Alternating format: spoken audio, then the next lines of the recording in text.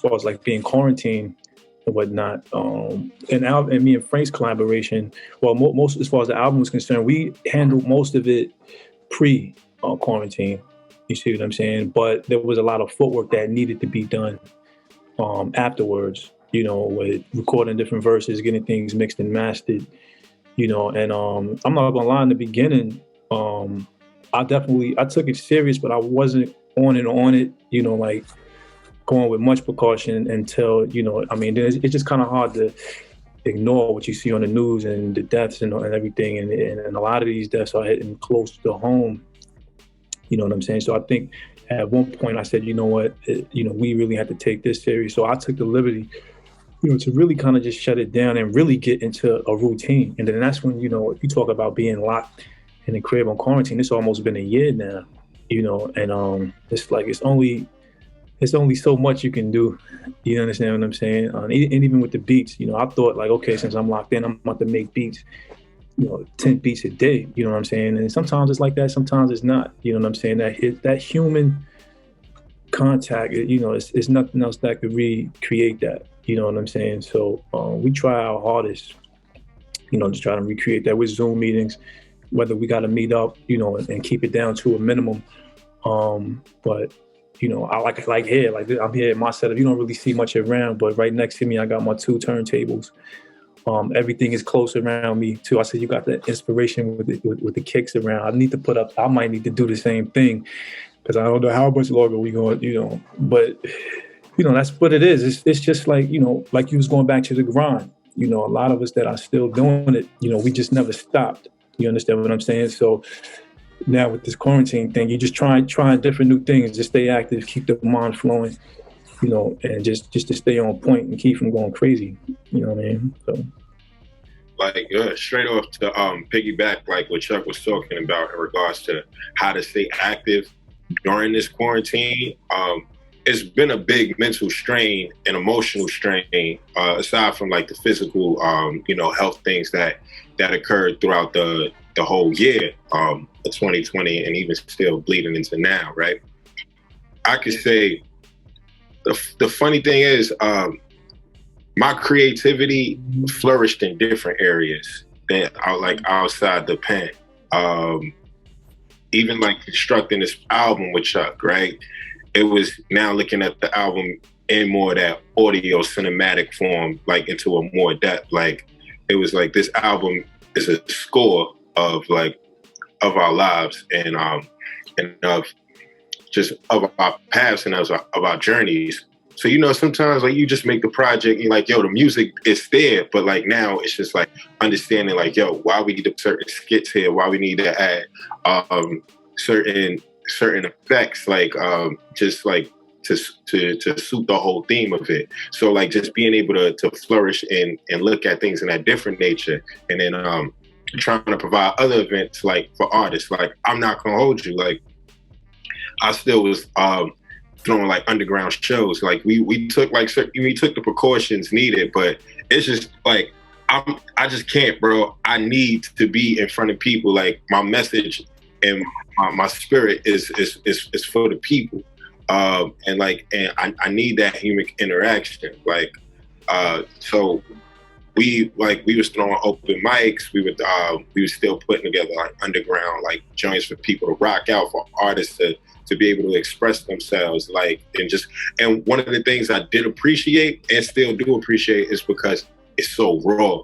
It's like it brought back to the essence of like the Chitlin circuit, or like when they had like, you look at Boardwalk Empire, like the Prohibition era, and then like they doing all the underground like da. So like we're not OD wildin', but like it just feels like that. And now people are not just coming out like to before like events, right? It was like, yo, I'm here to make a spectacle. It was people who cared more about the spectacle than the art. Now it's people like, I need a peace of mind. Like it was like they came, it was like they would come through. Like some of them, like, you know, in the beginning they worried because like we still living in these times, and then it's that spark that hit them, and they be like, it feel like nostalgia, it feel like peace, and right there, that heals me. That heals everybody. That frees the spirit. You know what I mean?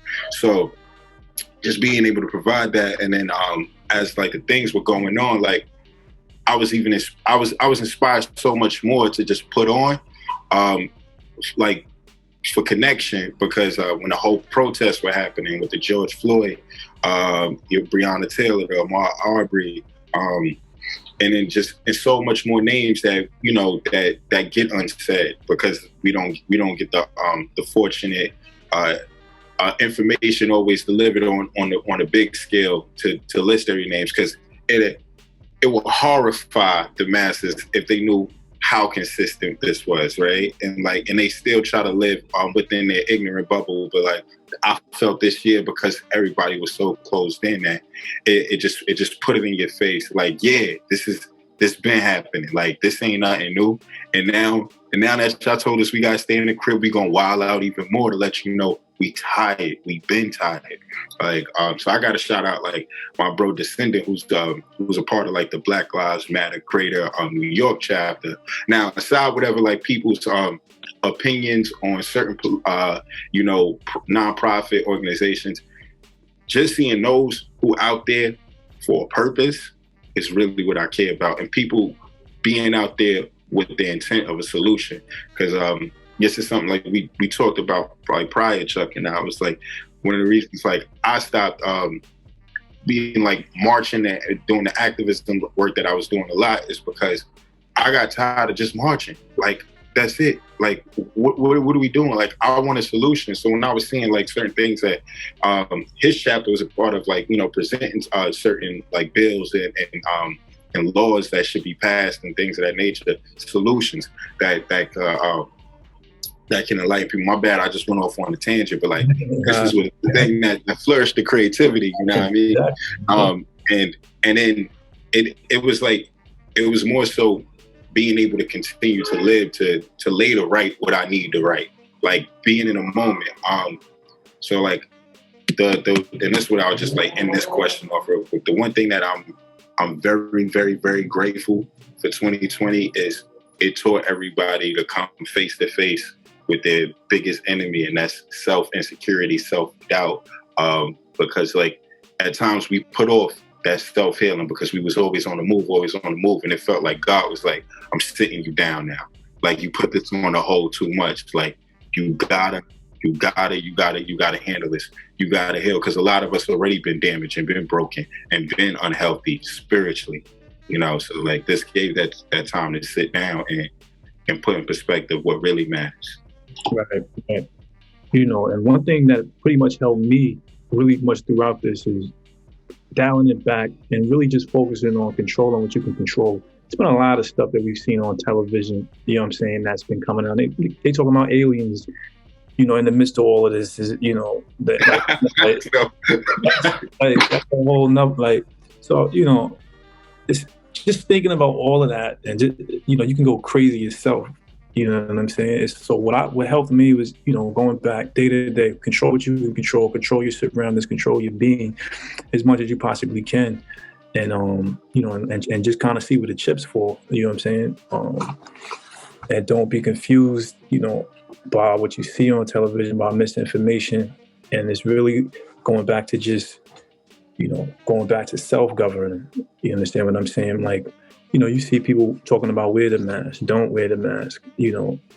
I just kicked into survival mode, man. I have a family, you understand what I'm saying, to look out for more than just myself. You understand what I'm saying? So it's not just, if Chuck is good, but just realizing your own value to your own family. You know what I'm saying? And just your own presence, how valuable your presence is to your family. And when you take things in that perspective, I don't care what Trump said or whoever said what and what bill didn't get passed. You know what I'm saying? I'm living and breathing. I want my kids to be living and breathing, and that's what matters, man. You know what I'm saying? As long as, like my man Richie Rich said in an interview I watched before, he said, man, as long as you alive, you got action. Simple and plain. You ain't got action when you know what I'm saying? And that's so unfortunate. You know what I'm saying? I really, want to, I feel for the families who've lost loved ones. You understand what I'm saying? And I don't want to get too off into that, man. You know what I'm saying? I'm trying to keep it bright. You see the colors. You know what I'm saying? I'm trying to, so, but with that being said,